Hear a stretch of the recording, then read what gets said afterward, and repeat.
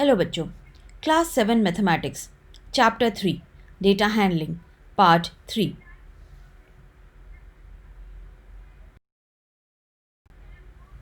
The topic is use of bar graphs.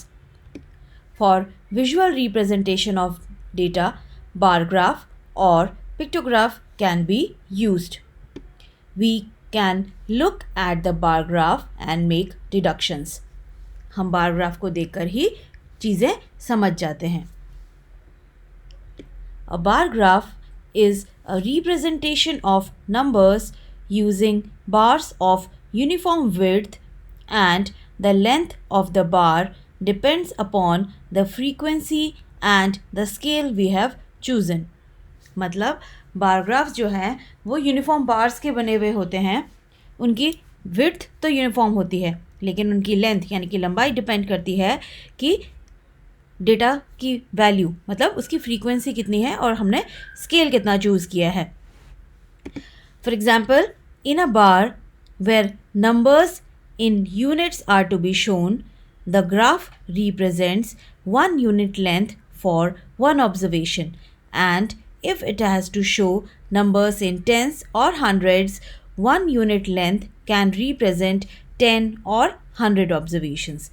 जब आप दो एक्सेस शो करते हैं, नीचे जो एक्सेस होती है जिसे हम एक्स एक्सेस शो कहते हैं, उस पर हम वैल्यूज़ शो करते हैं कि हम क्या क्या शो करने वाले हैं, और परपेंडिकुलर जो एक्सेस होती है जिसे हम वाई एक्सेस कहते हैं, उसमें हम नंबर्स डालते हैं और उसमें एक एक यूनिट पर अगर छोटी वैल्यूज़ है तो हम 1 2 3 4 शो कर सकते हैं, और अगर बड़ी वैल्यूज़ हैं तो हम टेंस या हंड्रेड्स में भी जा सकते हैं.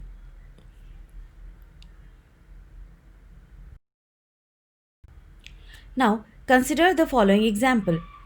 200 students of 6th and 7th classes were asked to name their favorite color so as to decide upon what should be the color of their school building. The results are shown in the following table. Represent the given data on a bar graph. इसमें आपको favourite colour और number of students का data दे रखा है.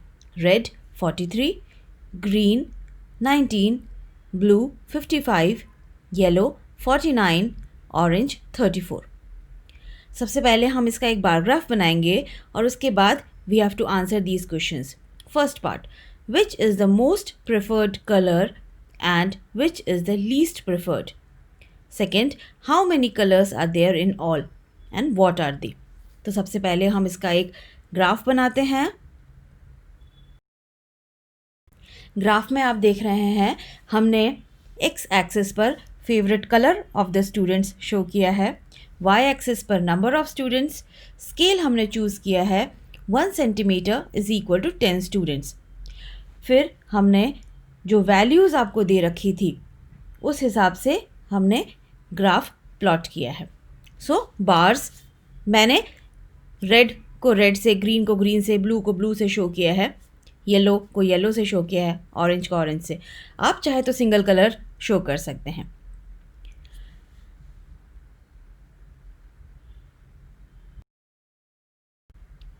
अब इस bar graph से हमने क्या कंक्लूड किया, आपसे क्या पूछा गया था कि कौन सा सबसे ज़्यादा प्रेफर्ड कलर है. So we see that blue is the most preferred colour क्योंकि उसका बार सबसे लंबा है. Green is the least preferred colour. Green सबसे कम बच्चों को पसंद है क्योंकि उसका बार सबसे छोटा है. और हमसे ये पूछा गया था कि कितने कलर्स हैं. सो देयर आर 5 कलर्स और वो कलर्स हैं red, green, blue, yellow and orange.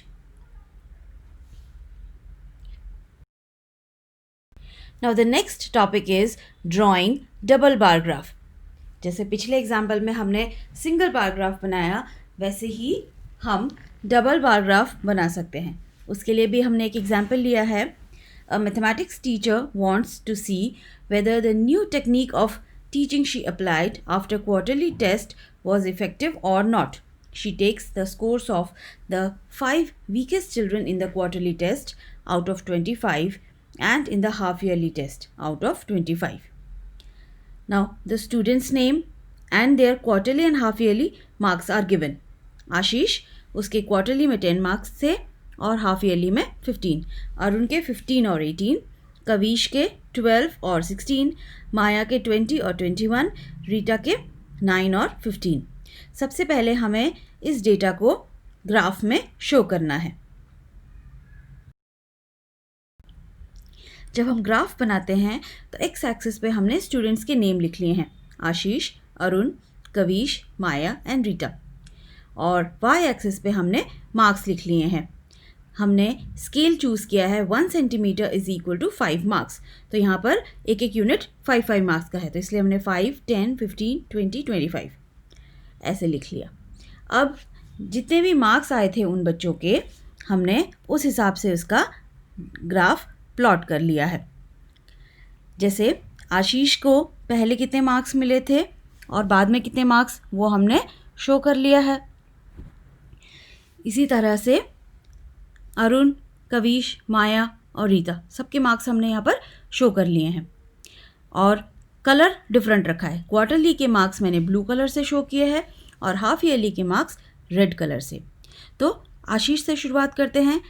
पहले उसके 10 मार्क्स थे और बाद में 15, तो हमने ब्लू को 10 तक बनाया है और रेड को 15 तक। अरुण का 15 से 18 तक चला गया।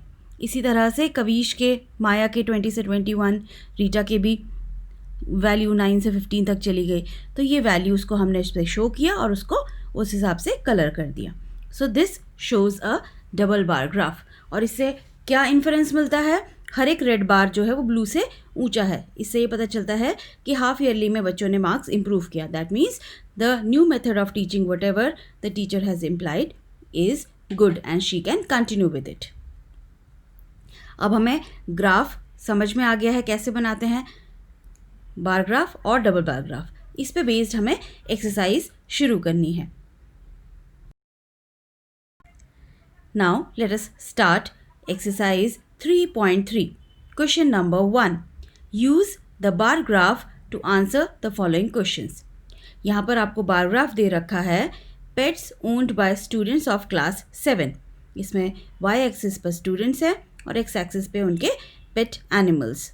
पेट एनिमल्स में आपको दे रखे हैं dogs, cats, rabbits, hamsters and others. तो इसमें आपसे क्वेश्चन पूछा गया है, which is the most popular pet. अब इसमें हम देख रहे हैं कैट्स वाला जो कॉलम है वो सबसे बड़ा है, सबसे बार लंबा है। दैट मीन्स सबसे पॉपुलर पेट कौन सा है, वो है cats. So cat is the most popular pet. So will write cats. B part में आपसे पूछा है, how many students have dog as pet. Dog कितने बच्चों के पास है, तो डॉग वाला बार जो है वो 8 तक जा रहा है। दैट मीन्स 8 बच्चों के पास है dogs. So will right 8 students.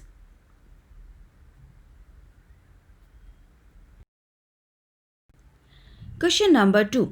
Read the bar graph which shows the number of books sold by a bookstore during 5 consecutive years and answer the following questions.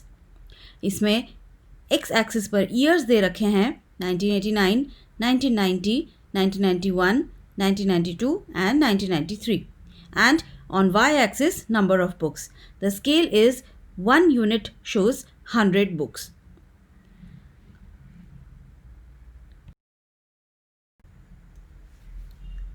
First part, about how many books were sold in 1989, 1990, 1992. अब इसमें approximate ही हम बता सकते हैं, exact value तो इस graph को देख के हमें समझ में नहीं आएगी। So approximately 180 books in 1989, 475 books in 1990 and 250 books in 1992. Second part, in which year were 475 books sold? About 225 books sold. तो हम देख रहे हैं कि ईयर 1990 में अराउंड 475 बुक्स बिके थे. So we'll write about 475 books were sold in 1990 and about 225 books were sold in 1992.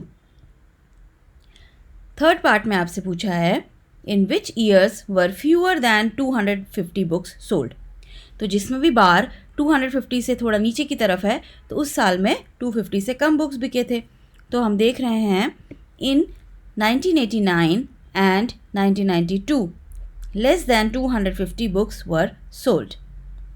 Fourth, can you explain how would you estimate the number of books sold in 1989? अब 1989 का जो बार है वो 100 और 200 के बीच में है और वो 200 के थोड़ा पास है, तो उसकी अप्रॉक्सीमेट वैल्यू जो है वो 470 से 480 के आसपास होनी चाहिए, तो मैंने उसकी अप्रॉक्सीमेट वैल्यू 475 लिखी है. So this way we can approximate, एक एस्टिमेट लगा सकते हैं कि वो बुक कहाँ तक उस नंबर तक पहुँची है. ओके, क्योंकि यहाँ पर एग्जैक्ट वैल्यू हमें नहीं समझ में आ रही है, एग्जैक्ट मार्किंग्स उसमें नहीं है, तो हम एक अप्रॉक्सीमेट या हम एक एस्टिमेट लगा सकते हैं. Question number 3. Number of children in 6 different classes are given below. Represent the data on a bar graph. इसमें आपको क्लासेस दे रखी हैं और number of children. 5th 135, 6th 120, 7th 95, 8th 100, 9th 90, 10th 80. How would you choose a scale?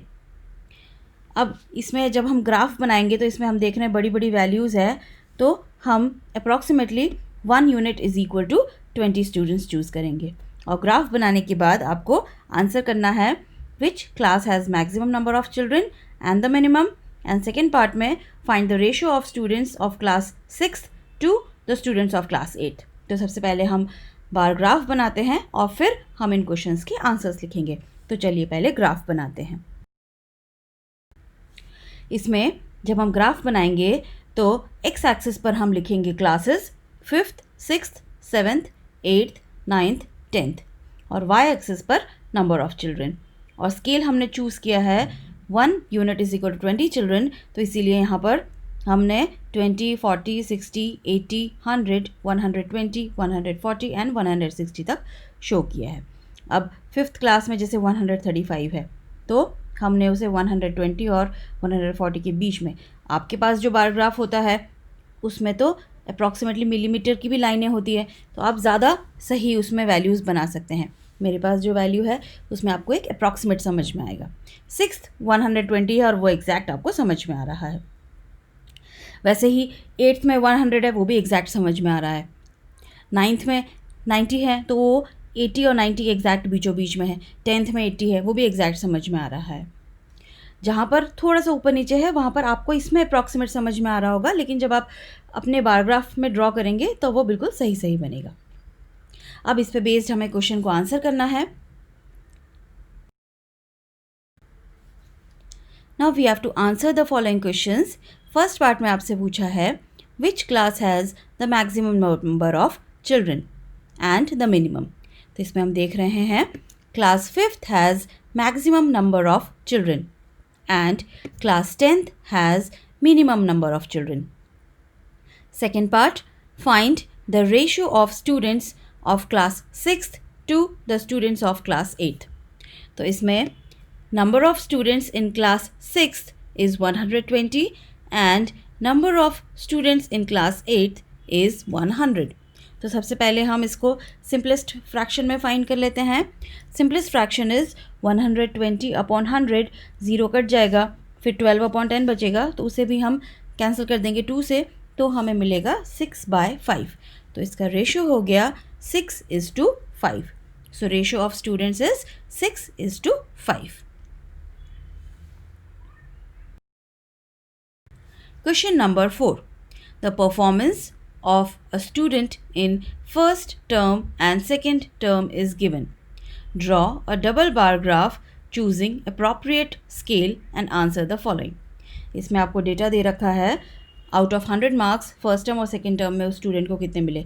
English में 67 और 70, हिंदी में 72 और 65, maths में 88 और 95, साइंस में 81 और 85, सोशल साइंस में 73 और 75. अब इसमें आपको देख के आंसर बताना है.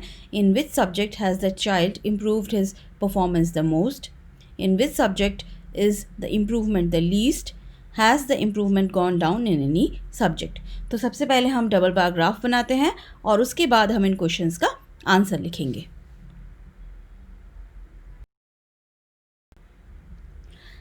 इसमें हमने एक्स एक्सिस पर सब्जेक्ट्स शो किए हैं, English, Hindi, maths, science, social science.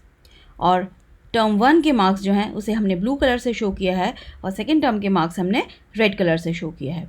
और स्केल लिया है 1 unit is equal to 10 marks. Y axis पर हमने मार्क्स ऑब्टेन्ड को शो किया है। अब इंग्लिश के मार्क्स, हिंदी, मैथ्स, साइंस और सोशल साइंस के मार्क्स को हमने इसमें मार्क कर लिया और फिर इसको कंप्लीट कलर कर लिया।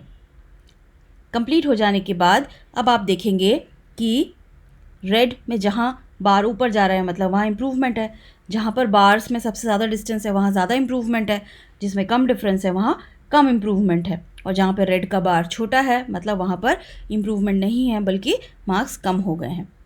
अब इस पे बेस्ड चलिए हम क्वेश्चंस को आंसर करते हैं। First, in which subject has the child improved his performance the most. तो हम देखते हैं कि सबसे ज़्यादा डिफरेंस ब्लू और रेड के बीच में था मैथ्स में, तो हम लिखेंगे in maths the child has improved his performance the most. Second, in which subject is the improvement least. तो हम देख रहे हैं कि least improvement is in social science क्योंकि उसमें बार्स के बीच में सबसे कम डिफरेंस है। Third, has the performance gone down in any subject. तो हम देख रहे थे कि हिंदी में रेड छोटा हो गया है, दैट मीन्स वहाँ पर उसका परफॉर्मेंस कम हो गया है। So we have to write performance has gone down in Hindi.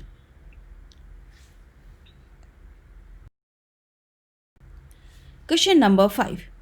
Consider this data collected from a survey of a colony. इसमें फेवरेट स्पोर्ट,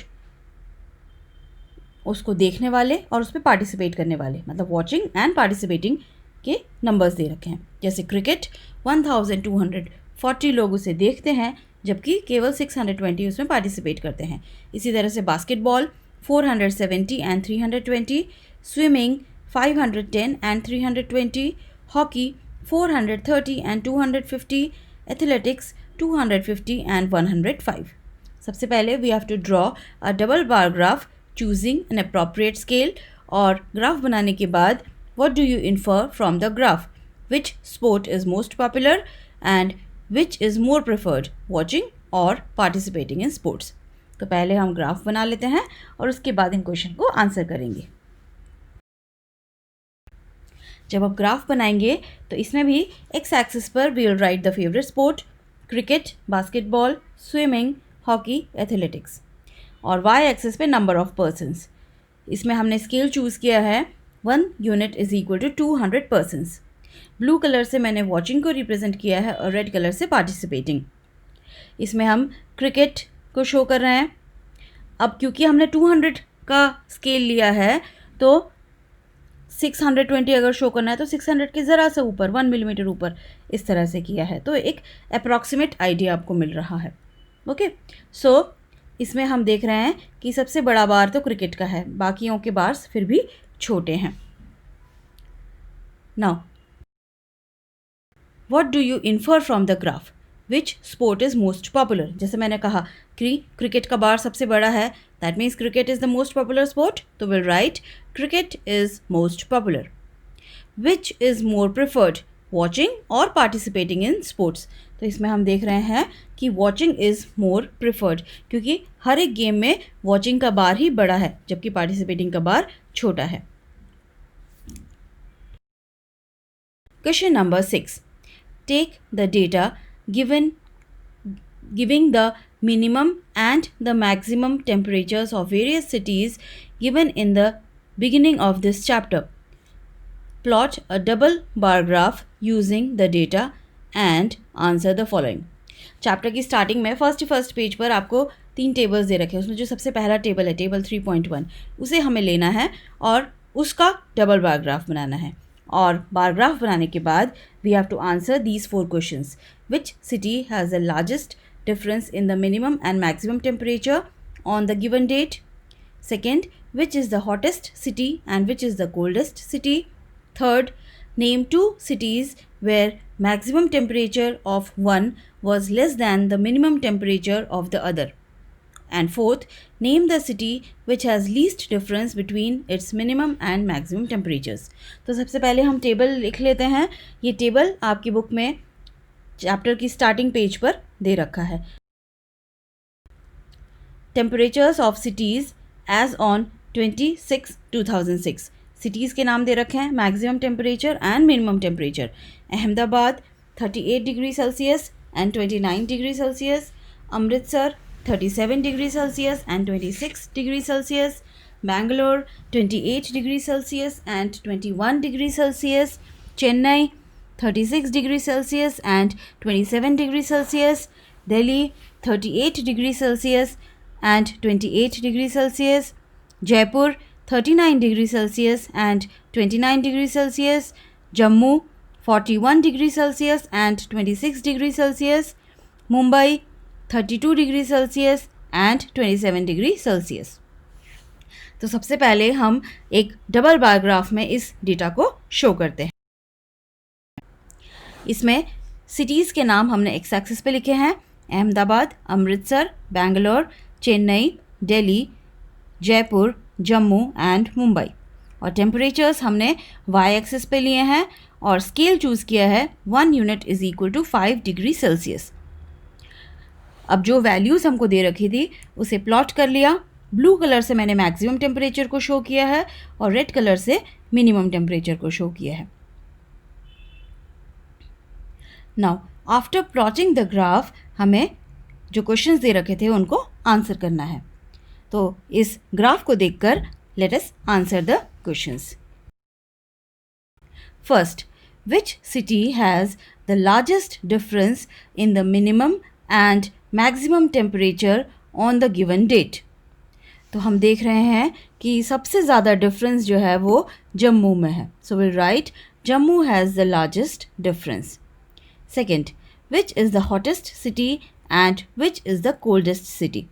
इसमें हम देख रहे हैं Jammu is the hottest and Bangalore is the coldest, क्योंकि जम्मू का मैक्सिमम टेम्परेचर सबसे ज़्यादा है जबकि बैंगलोर का सबसे कम. Third, name 2 cities where maximum temperature of one was less than minimum temperature of the other.